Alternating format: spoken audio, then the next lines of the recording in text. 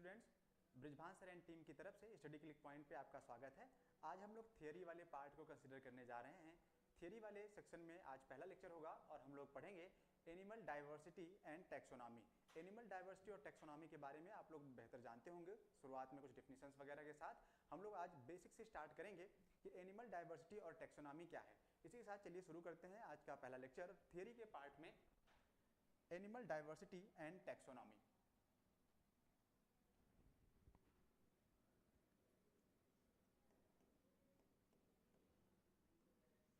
Animal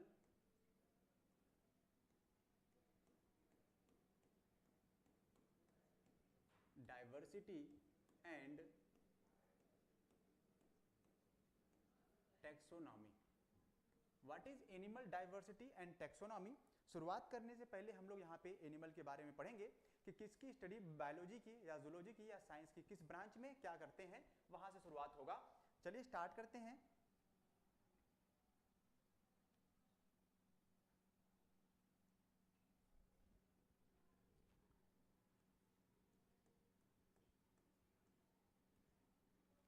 science क्या है?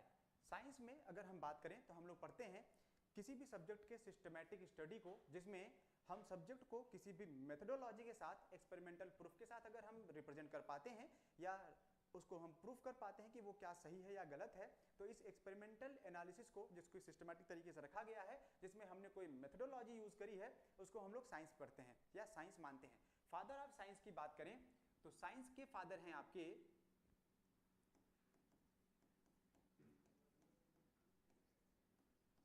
Father of science. Father of science में कंसीडर किया जाता है अरस्तु को।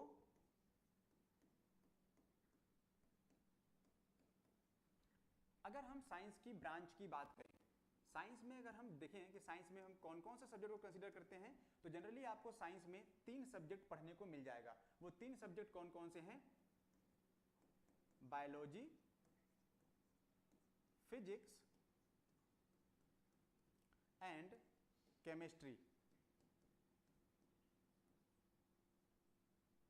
बायोलॉजी, फिजिक्स एंड केमिस्ट्री, इन सभी में हमको जो पढ़ना है एनिमल के बारे में, और एनिमल की स्टडी हम लोग कहाँ करते हैं? साइंस की बायोलॉजी वाले ब्रांच में किया जाता है। बायोलॉजी में, बायोलॉजी की डिफिनेशन क्या होगी? बायोलॉजी ग्रीक वर्ड से मिलकर बना हुआ है।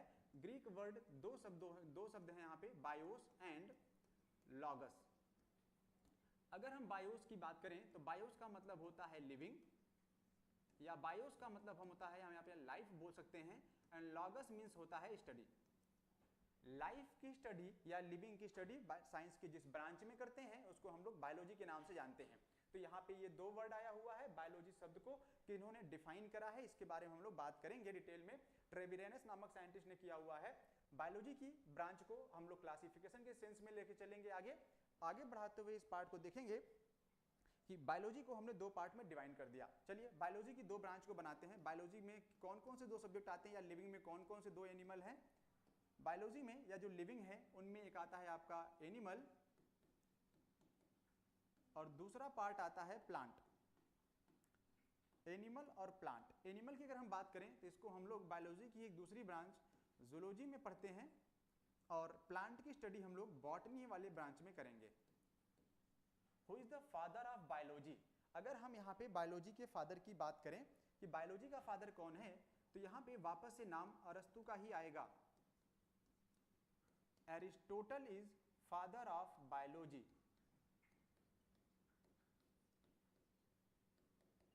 फादर ऑफ बायोलॉजी अरस्तु, ये नाम याद रखेंगे। एरिस्टोटल इंग्लिश में, और हिंदी में इन्हीं के नाम को हम लोग क्या कहते हैं? अरस्तु के नाम से जानते हैं। तो ये कंटेंट होगा, ये पार्ट होगा कि ये बायोलॉजी के फादर हैं। चलिए हम एनिमल में मूव कर रहे हैं। एनिमल की स्टडी को क्या कहते हैं और प्लांट की स्टडी को क्या कहते हैं? एनिमल की स्टडी को जूलॉजी कहा गया है। जूलॉजी भी आपका यहाँ पे 2 ग्रीक वर्ड से मिलकर बना हुआ है। वो 2 ग्रीक वर्ड कौन से हैं? जूइन प्लस लॉगस। जूइन मीन्स मूवेबल या एनिमल होता है, और लॉगस मीन्स स्टडी। एनिमल की स्टडी को क्या बोलेंगे हम? एनिमल की स्टडी को हम लोग जूलॉजी कह सकते हैं। जूलॉजी के फादर कौन है? Father of zoology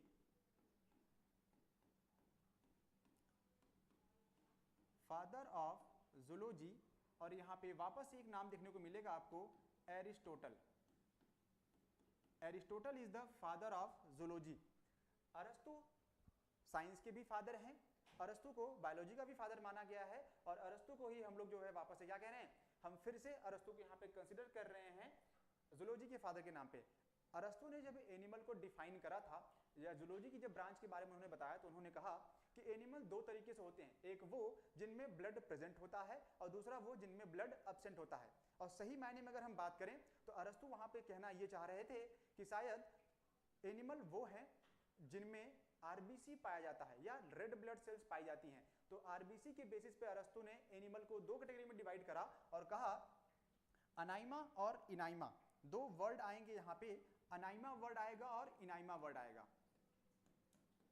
अनाइमा and इनाइमा। अनाइमा का मतलब उन्होंने बताया कि ब्लड का एब्सेंट होना, और इनाइमा का मतलब उन्होंने बताया ब्लड का प्रेजेंट होना। लेकिन कुछ बुद्धिजीवियों का ये मानना है कि वो ब्लड की बात नहीं कर रहे थे, क्योंकि ब्लड एक कनेक्टिव फ्लूइड टिश्यू है और लगभग ब्लड सभी एनिमल में पाया जाता है, कुछ प्रोटोप्लाज्मिक लेवल वाले एनिमल को छोड़ दिया जाए।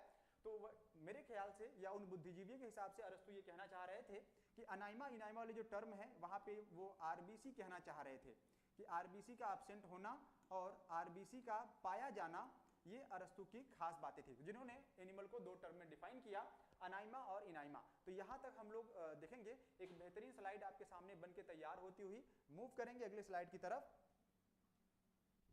नेक्स्ट स्लाइड में हम देखेंगे बायोलॉजी की दो ब्रांच में एक पार्ट रह गया आपका, जिसका नाम है बॉटनी। चलिए बॉटनी को कंसीडर करते हैं। बॉटनी क्या है? बॉटनी ग्रीक वर्ड से मिलके बना था, सॉरी लैटिन वर्ड से मिलके बना हुआ है। लैटिन वर्ड में इसका मतलब था बॉस्किन। अगर आपको पता है तो बॉस्किन का मतलब जो है वो आप कमेंट बॉक्स में कमेंट कर सकते हैं। बॉस्किन का मतलब होता है यहां पे ग्रेजिंग।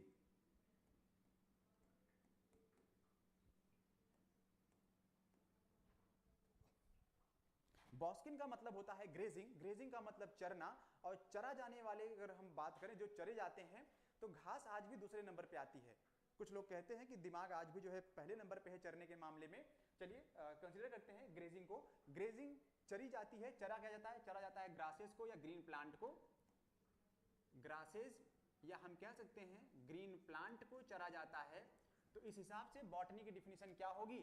इस हिसाब से अगर देखा जाए, एक इसके अकॉर्डिंग अगर हम देखें तो बॉटनी की डिफिनीशन हो गई स्टडी ऑफ प्लांट। प्लांट की स्टडी को क्या कहा इन्होंने? बायोलॉजी कहा। And who is the father of biology? Sorry botany, father of botany. Botany का फादर कौन है? अगर सही तरीके से देखें तो थियोफ्रेस्टस को माना जाता है।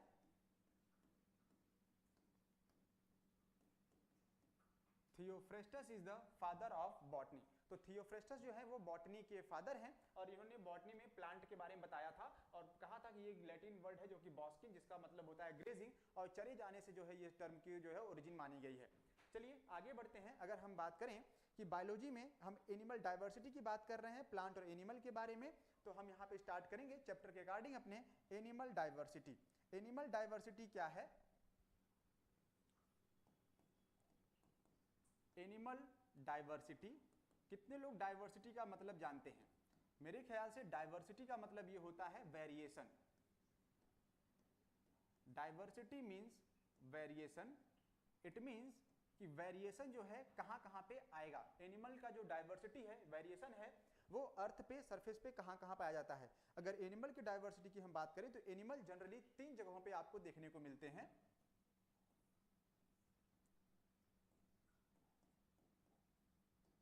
Atmosphere, lithosphere. एनिमल जो है आपको एटमॉस्फेयर, लिथोस्फीयर और हाइड्रोस्फीयर में देखने को मिलेंगे।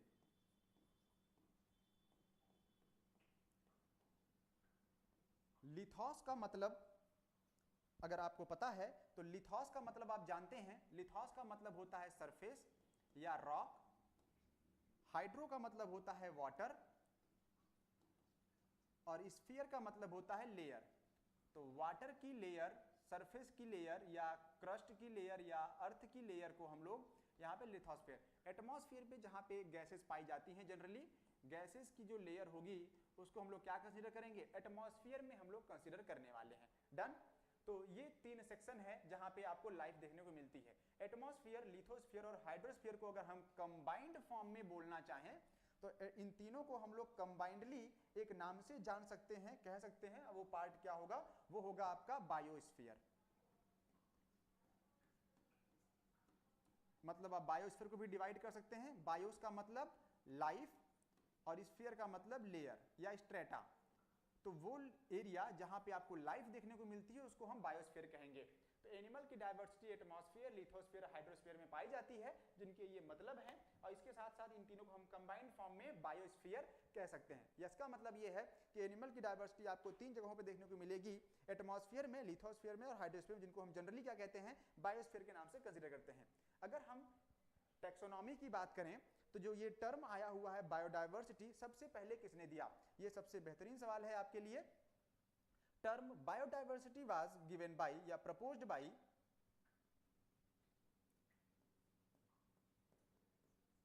टर्म बायोडायवर्सिटी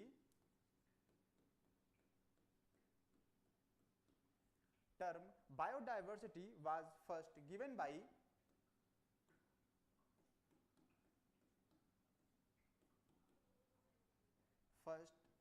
बाय आप नाम कमेंट कर सकते हैं अगर आपको पता है तो, W.G. रोजेन। W.G. रोजेन ने सबसे पहले बायोडायवर्सिटी टर्म को क्या करा था, डिफाइन किया था, बताया था। तो बायोडायवर्सिटी टर्म जो है गिवन बाय W.G. रोजेन के नाम से। एक और स्लाइड आपके लिए यहाँ पे प्रिपेयर हो चुकी है जिसमें से आपके बारे में ये सबसे बढ़िया सवाल आपको मिल के आएगा कि जो बायोडायवर्सिटी टर्म है सबसे पहले किसने दिया था। तो बायोडायवर्सिटी टर्म जो है ये दिया है आपके लिए W.G. रोजेन ने। W.G. रोजेन को जो है इसका क्रेडिट जाएगा इन 1985। चलिए स्लाइड को बैक कर लेते हैं। 1985 यहाँ पे ईयर मेंशन करना होगा। 1985 में ये जो है टर्म दिया गया था। अगले स्लाइड की तरफ। नेक्स्ट स्लाइड में अगर हम देखें यहाँ पे हम बात करेंगे कि फादर ऑफ बायोडायवर्सिटी कौन है। फादर ऑफ बायोडायवर्सिटी के बारे में बात करें, father of biodiversity, who is the father of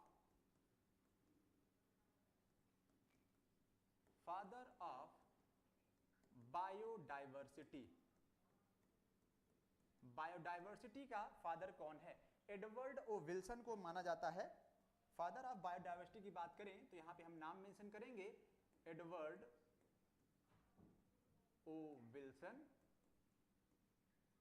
Edward O Wilson जो है ये फादर ऑफ बायोडायवर्सिटी हैं। इसके साथ साथ अगर हम सिंबल की बात करें कि बायोडायवर्सिटी का सिंबल किसको माना गया है, किसको रखा गया है, तो बायोडायवर्सिटी का सिंबल है, एक पॉइंट, दूसरा पॉइंट है यहां पे symbol of biodiversity. Symbol of biodiversity है जायंट पैंडा।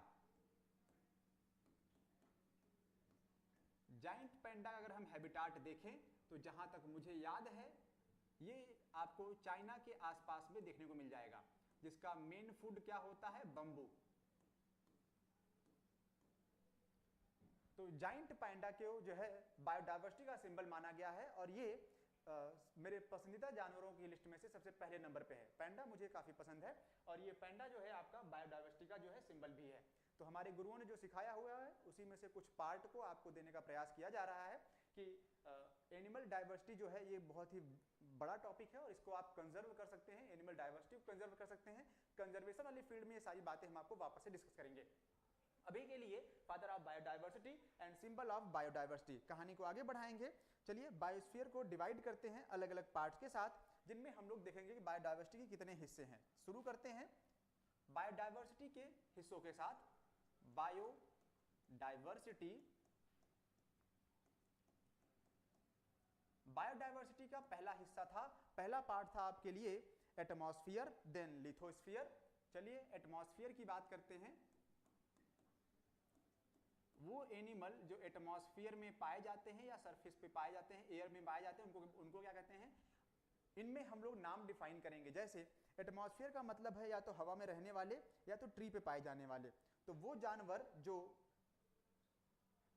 हवा में रहते हैं और वो जो ट्री पे पाए जाते हैं, एयर में और ट्री पे पाए जाने वाले। एटमॉस्फेयर में एनिमल हैबिटाट जनरली जो है वो क्या है, एयर है। और वहीं पे दूसरा एनिमल का हैबिटाट क्या होगा, ट्री होगा। अगर एनिमल का हैबिटाट ट्री है और एनिमल का हैबिटाट एयर है तो इनको हम किस नाम से जानेंगे, क्या टर्म दिया जाएगा, क्या कोई टर्म बता सकता है। तो टर्म हम यहाँ पे करेंगे, एयर में रहने वाले एनिमल को हम कहते हैं एरियल और ट्री पे पाए जाने वाले एनिमल को कहा जाता है आर्बोरियल। तो ये दो बेहतरीन टर्म आपके सामने हैं, एरियल और आर्बोरियल के सेंस में कि एटमॉस्फेयर में जो एनिमल है वो या तो हवा में होंगे या तो ट्री में होंगे और उसको हम एरियल बोलेंगे और उनको क्या बोलेंगे, आर्बोरियल के नाम से जानते हैं। चलिए अगर हम इसी चीज को और बेहतर तरीके से डिफाइन करने का प्रयास करें तो लिथोस्फीयर की हम बात कर सकते हैं यहाँ पे कि लिथोस्फीयर क्या है, लिथोस्फीयर में कौन से एनिमल आते हैं। बायोडाइवर्सिटी का अगला पार्ट है लिथोस्फीयर। लिथोस्फीयर की बात करें तो कहते हैं ऑन द सरफेस, सरफेस पे, रॉक्स पे, सॉइल पे, या कुछ लोग इसको अर्थ क्रस्ट के नाम से भी जानते हैं, कुछ ऐसे टर्म आपके सामने आ सकते हैं। तो इन सब जगहों पर पाए जाने वालों को हम लोग क्या बोलेंगे, लिथोस्फीयर बोलेंगे। और अगर हम लिथोस्फीयर की बात करें तो ये कई तरीके से हो सकता है। जैसे एक सरफेस पे बोलेंगे, लिथोस्फीयर को चलिए डिफाइन करते हैं या डिवाइड करते हुए आगे बढ़ेंगे। लिथोस्फीयर का पहला पार्ट होगा सरफेस ड्वेलर। ड्वेलर का मतलब रहने वाले, पाए जाने वाले। दूसरे नाम को, एक तो सरफेस ड्वेलर होगा, दूसरा under surface, under surface.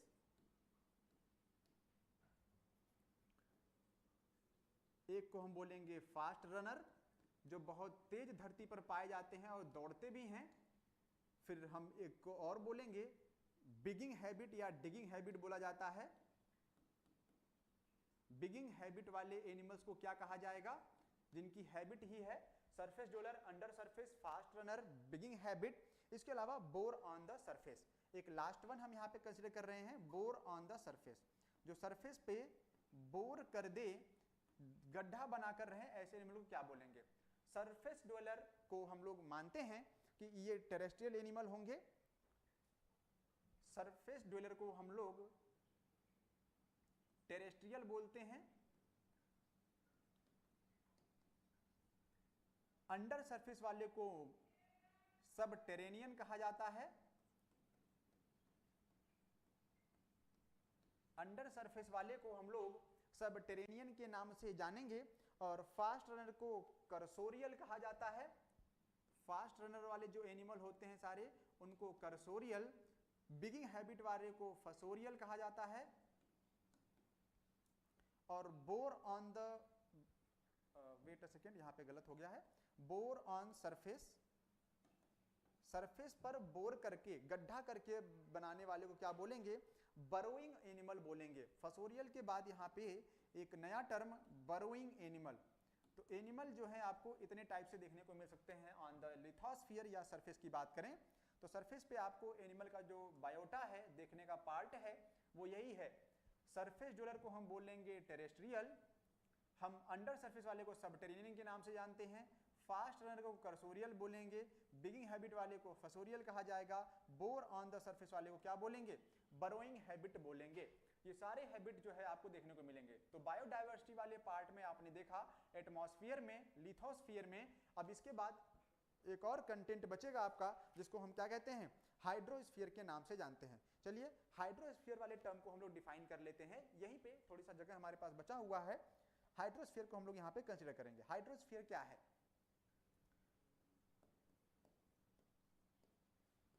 Hydrosphere का मतलब होता है पानी पे पाए जाने वाले, पानी में पाए जाने वाले in the water, on the water, on water, या हम इसी को इन वाटर कह सकते हैं। पानी के अंदर पाए जाने वाले या पानी पे पाए जाने वाले जो जानवर हैं, एनिमल हैं, उनको हम हाइड्रोस्फीयर में कंसिडर कर देंगे। हाइड्रोस्फीयर में अगर हम पानी की बात करें तो आपके पास पानी दो तरीके से पाया जाता है। पहला है फ्रेश वाटर। हाइड्रोस्फीयर यानी जो पानी है वो दो तरीके से है। फ्रेश वाटर जिनमें मिनरल्स का अमाउंट कम होता है या साल्ट का अमाउंट कम होता है। दूसरा साल्ट वाटर जिसमें साल्ट कंसंट्रेशन ज़्यादा है, या इसी को हम लोग जो है मराइन वाटर के नाम से जानते हैं। तो मराइन वाटर होगा तो मराइन हैबिटाट, फ्रेश वाटर होगा तो फ्रेश वाटर हैबिटाट। एक और स्लाइड आपके लिए यहाँ पे प्रिपेयर है। स्लाइड के बाद हम लोग जो है मूव ऑन कर रहे हैं अगले स्लाइड पे। जो इंपॉर्टेंट पॉइंट्स हैं उनको आपका सामने मेंशन करा गया है, आप नोट कर लेंगे इनको। नेक्स्ट है वाटर को डिफाइन करने वाले हैं हम लोग। हाइड्रोस्फीयर की अगर हम बात कर रहे थे तो हाइड्रोस्फीयर को चलिए ब्रेक करते हैं दो हिस्सों में। हाइड्रोस्फीयर को अगर हम लोग दो पार्ट में तोड़ें, पहले हिस्से को हम लोग ब्रेक करने जा रहे हैं यहाँ पे फ्रेश वाटर के सेंस में।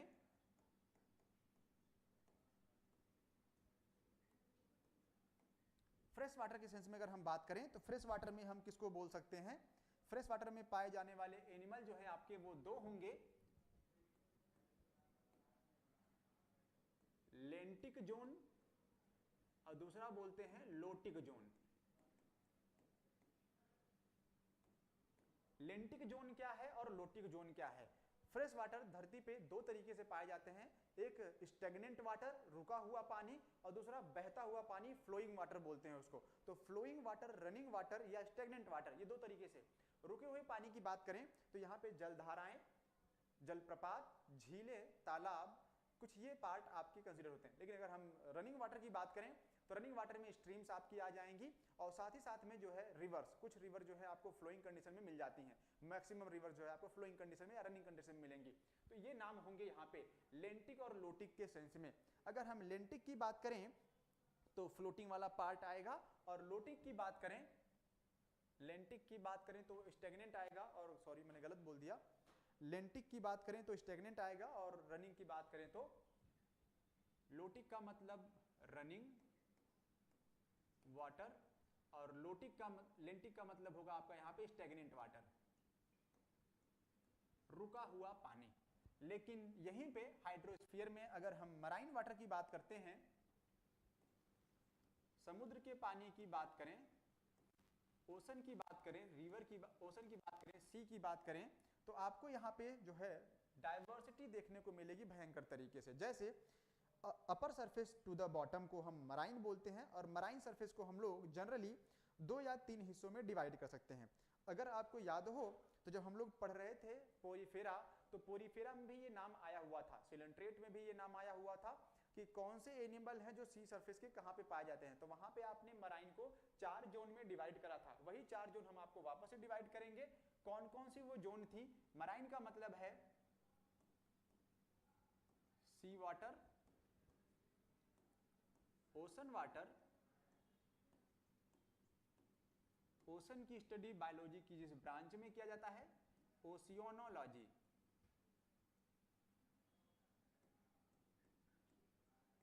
ओशियोनोलॉजी डन।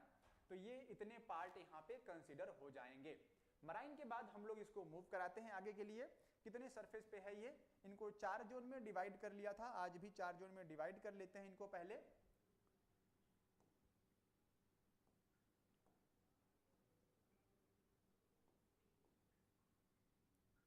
ये वो 4 जोन हैं जिनमें हमको डिवाइड करना था। इन चारों जोन के नाम याद रखेंगे।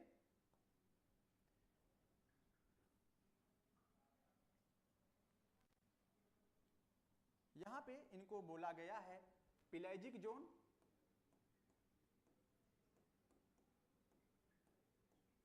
इस वाले पार्ट को बोलेंगे एबाइसल जोन, इसको बोला गया था लिटोरल जोन,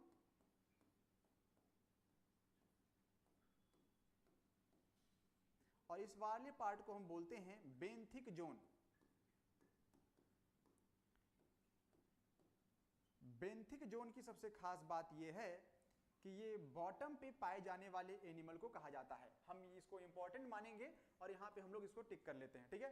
अगले सवाल की तरफ अगर हम बढ़े यहाँ पे, तो इनको चलिए डिफाइन करते हैं पहले, कौन से पार्ट में कौन से आते हैं। पेलाजिक जोन की बात करें तो पेलाजिक जोन को जो कि कहते हैं सरफेस ऑन सी, और ये अपर सरफेस और लोअर सरफेस पे डिवाइड होंगे। पेलाजिक जोन जो है ये अपर सरफेस और लोअर सरफेस में डिवाइड होगा। Upper surface and lower surface of the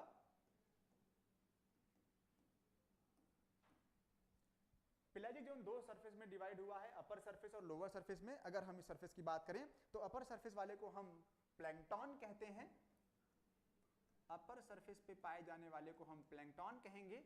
और प्लैंकटन जैसा कि आपको पता है दो टाइप के होते हैं। प्लैंकटन के दो टाइप कौन बताएगा? प्लैंकटन के दो टाइप हैं, एक को कहा जाता है फाइटोप्लैंकटन और दूसरे को कहा जाता है जूप्लैंकटन।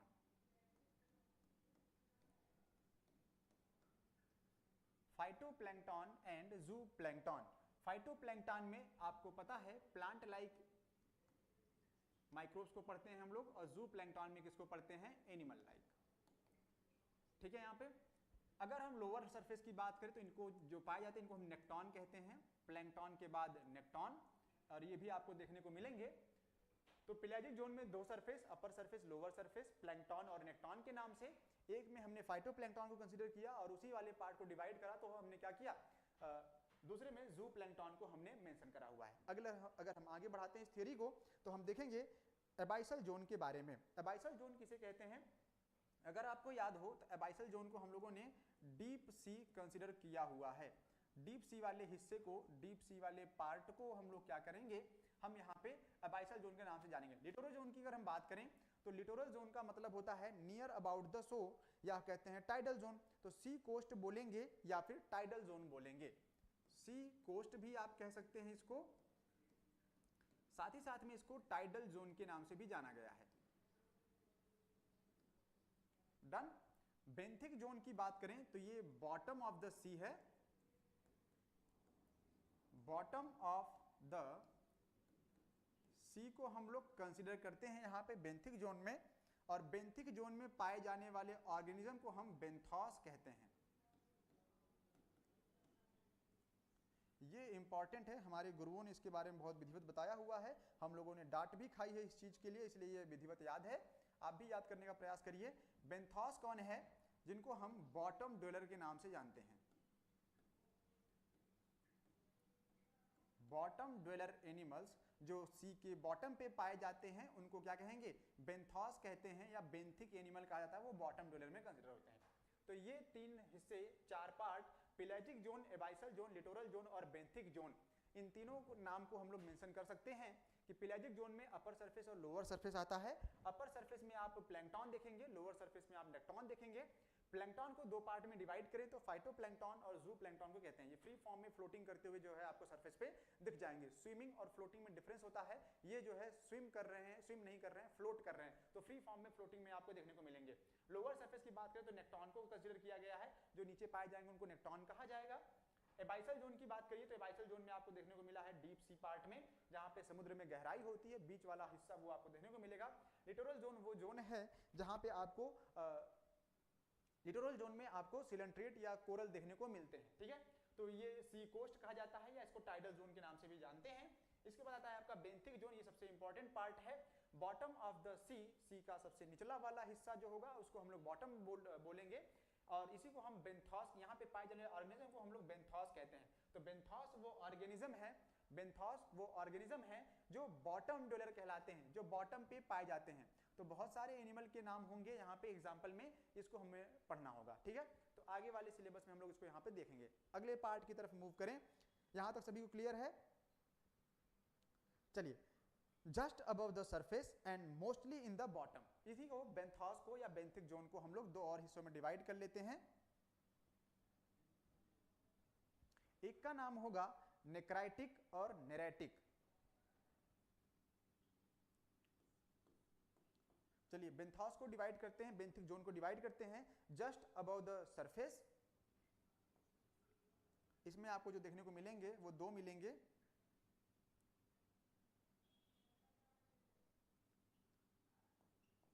just above the surface,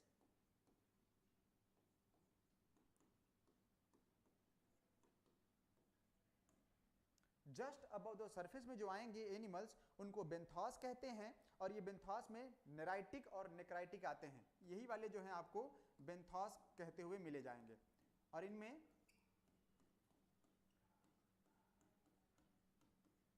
नेराइटिक, neritic या नेक्राइटिक कहा जाता है इसको।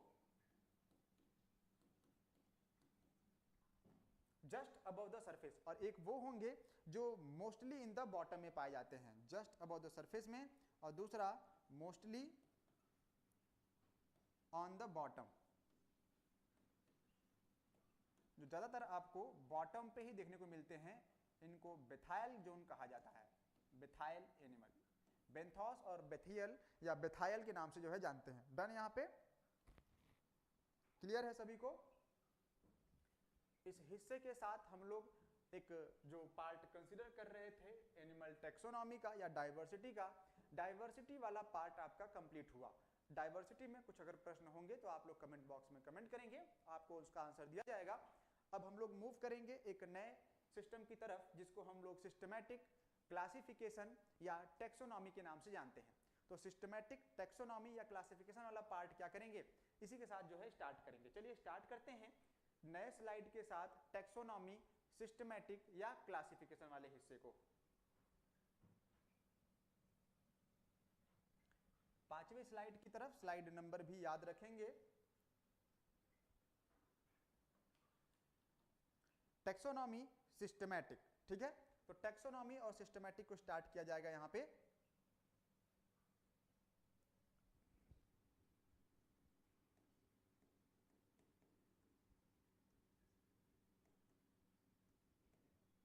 क्या सिस्टमैटिक टेक्सोनॉमी है या क्या टेक्सोनॉमी सिस्टमैटिक है? सिस्टमैटिक में आपको देखने को मिलता है arrangement,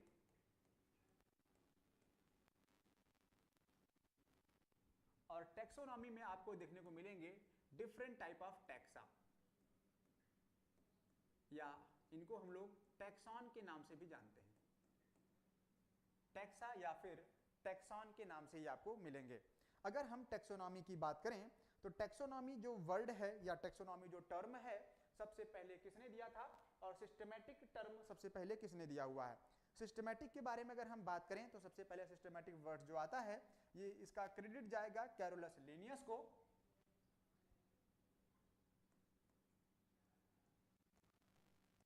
Carolus Linnaeus,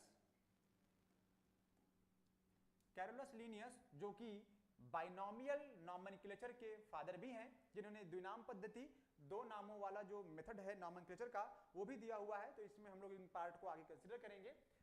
Carolus Linnaeus जो कि एक स्वीडिश बॉटनिस्ट हैं, स्वीडिश बॉटनिस्ट 1735 में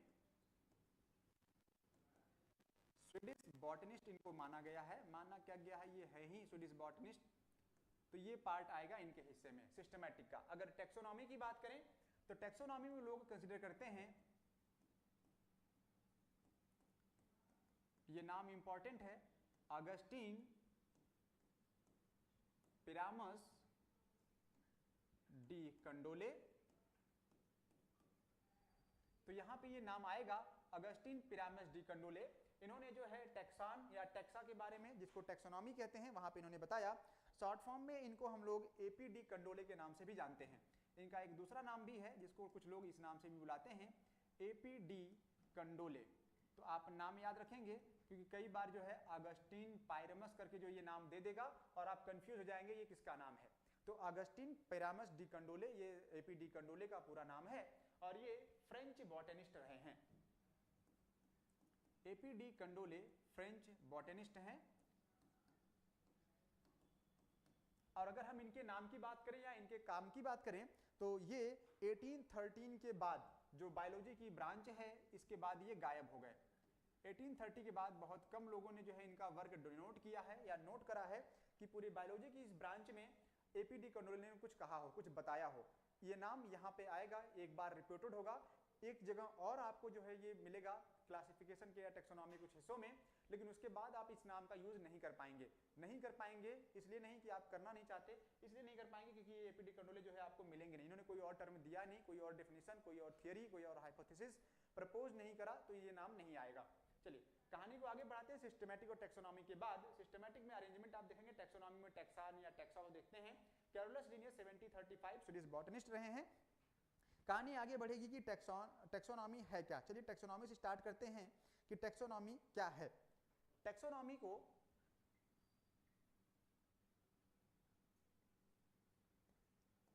सबसे इंपॉर्टेंट पार्ट है ये पूरे बायोलॉजी का कि टेक्सोनॉमी क्या है। टेक्सोनॉमी जो है आपका दो ग्रीक वर्ड से मिलकर बना है, taxis and nomos. Taxis plus nomos. Taxis का मतलब होता है अरेंजमेंट और नॉमस का मतलब होता है according to law.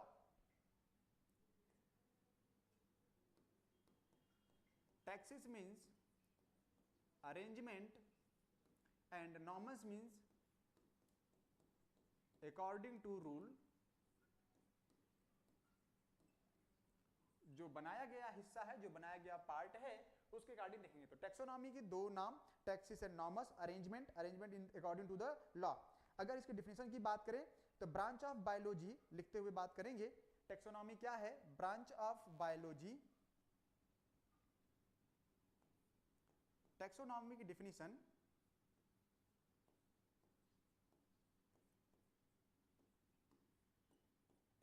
Taxonomy is the branch of biology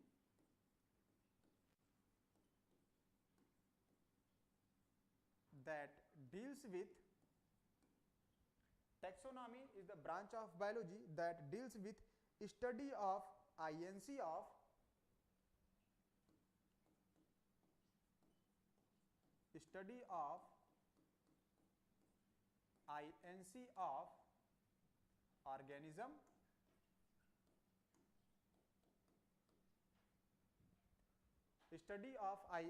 of organism और इनमें हम based on their relationship add करेंगे। Based on there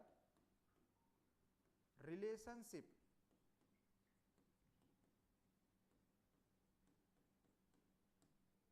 based on their relationship. तो टैक्सोनॉमी टैक्सिस और नॉमस वाले वर्ड से मिलकर बना हुआ है, जिसमें हम लोग अरेंजमेंट अकॉर्डिंग टू रूल देखते हैं। Branch of biology that deals with the study of INC of organism based on their relationship. अगर हम आईएनसी की बात करें, यहां पे एक टर्म मिला है आपको आईएनसी। आईएनसी क्या है, कौन बताएगा? आईएनसी की अगर हम बात करें,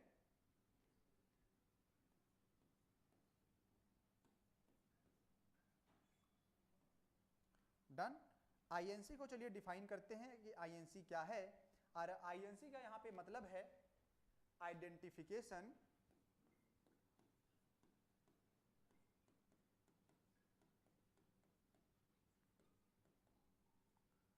नॉमेनक्लेचर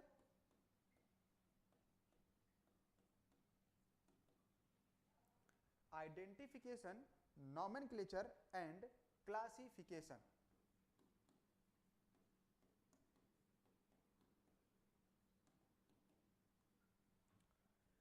ये आपके लिए आईएनसी का फुल फॉर्म, आईएनसी का नाम, जिसमें हम लोग क्या पढ़ने वाले हैं? आइडेंटिफिकेशन, नॉमेनक्लेचर और क्लासिफिकेशन। सी से क्लासिफिकेशन, एन से नॉमेनक्लेचर और आई से आइडेंटिफिकेशन। मतलब किसी एनिमल को अगर पकड़ना है तो उस एनिमल को पकड़ने के बाद क्या करेंगे?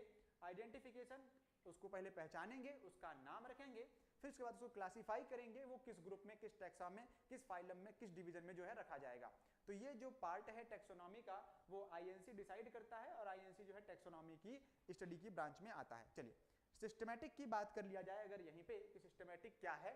सिस्टमैटिक को डिफाइन करते हैं, आज के टॉपिक के लिए इतना ही रखेंगे। सिस्टमैटिक को ऐड करते हैं स्लाइड नंबर 6 में।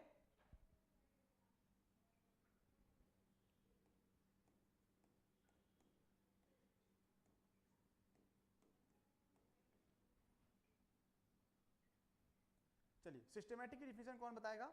Systematic is the discipline of biology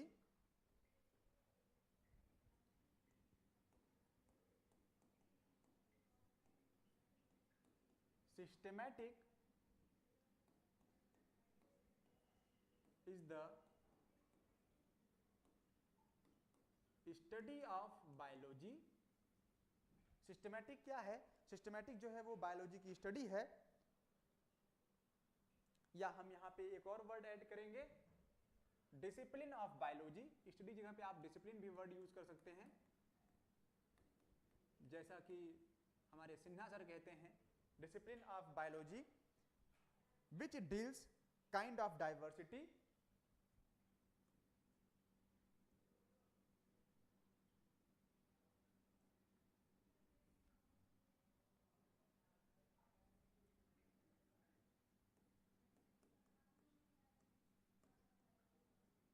which deals kind of diversity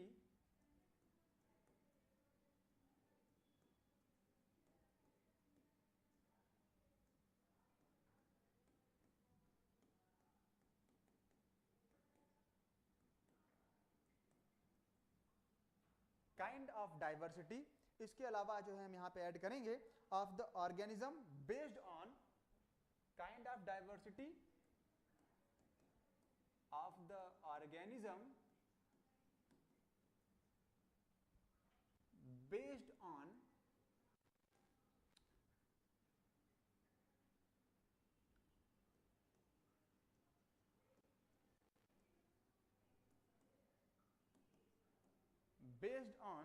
their existing relationship।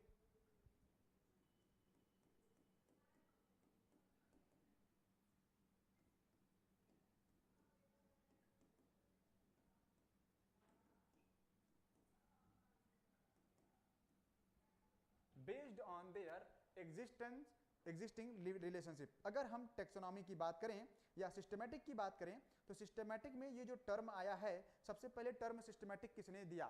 Term new systematic was given bye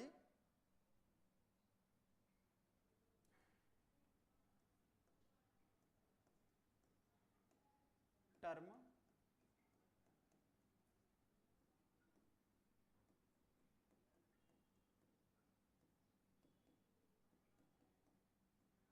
new systematic given by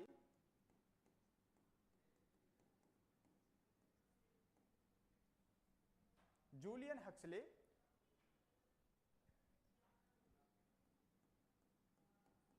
Julian Huxley ने जो है आपको ये टर्म दिया हुआ है न्यू सिस्टमैटिक इन 1940 year. मेरे ख्याल से उतना इंपॉर्टेंट नहीं है, इतना कि ये टर्म इंपॉर्टेंट है कि न्यू सिस्टमैटिक वर्ड किसने दिया, और इसके साथ साथ ही जो है साइंटिस्ट का नाम जो है आपके लिए इंपॉर्टेंट होगा। तो जूलियन हक्सले जी ने दिया हुआ है और ये नाम क्या है आपके लिए इंपॉर्टेंट हो जाता है। तो इस पार्ट को यहाँ पे स्टार्ट करेंगे। चलिए कहानी को आगे बढ़ाते हैं। Who is the founder of taxonomy?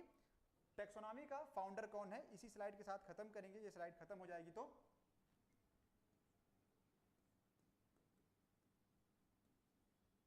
Founder of taxonomy, कि टेक्सोनॉमी का फाउंडर कौन है?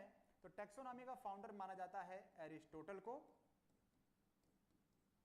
या हम यहीं पे हिंदी में भी नाम याद रखेंगे अरस्तु। बहुत सारे बच्चों ने ये गलतियां करी थी इससे पहले वाले क्लासेस में, तो आप यहाँ पे अरस्तु को मेंशन करेंगे फाउंडर ऑफ टेक्सोनॉमी के बाद। फिर हम लोग आगे बढ़ेंगे, फाउंडर ऑफ टेक्सोनॉमी के बाद फाउंडर ऑफ या father of taxonomy, father of taxonomy,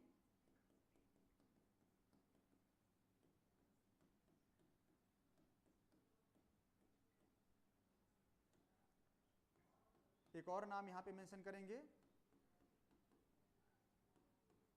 father of modern taxonomy की बात कर लीजिए,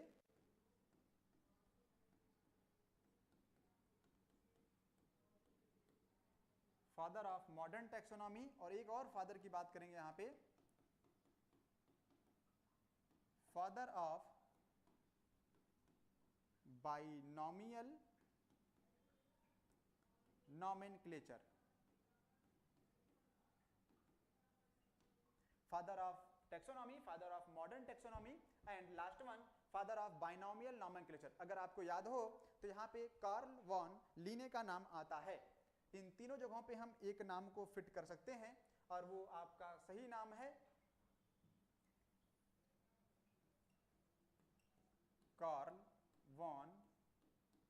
लीने, इनको जो है नए नाम में नए युग के साथ जाना जाता है, जो कि नाम है कैरोलस लीनियस। तो कैरोलस लीनियस जो हैं ये father of taxonomy, father of modern taxonomy के साथ साथ फादर ऑफ बाइनोमियल नॉमेनक्लेचर के भी जो है फादर हैं। इसी स्लाइड के साथ जो है हम लोग इस कहानी को यहाँ पे खत्म करेंगे आज के लिए, और आपका होमवर्क भी इसी में होगा। आप ढूंढेंगे तो मिल जाएगा कि आपको क्या करना है, आपको होमवर्क बताया गया है इसमें। कैरोलस लीनियस के बारे में कहा जाता है कि जो बाइनोमियल नॉमेनक्लेचर है, बाइनोमियल नॉमेनक्लेचर की बात करें तो आप इसके बारे में अवेयर हैं पहले से, जिसमें दो नाम रखे जाते हैं। एक नाम है जेनेरिक नेम, या इसको बोलते हैं जेनेरिक एपिथेट के नाम से, और दूसरे को बोलते हैं स्पेसिफिक एपिथेट या स्पीसीज के नाम से जानते हैं। तो जेनेरिक एपिथेट और स्पेसिफिक एपिथेट के नाम से जो है ये जाना जाएगा। मतलब दो नाम जब तक न रखा जाए, जैसे किसी का अगर एग्जांपल लेना हो किसी प्लांट का या एनिमल का, तो आप यहाँ पे नाम ले लीजिए, मैंगो का नाम ले सकते हैं। चलिए मैंगो का नाम ले लेते हैं एग्जांपल में। तो मैंगो का नाम होता है मैंजीफेरा इंडिका।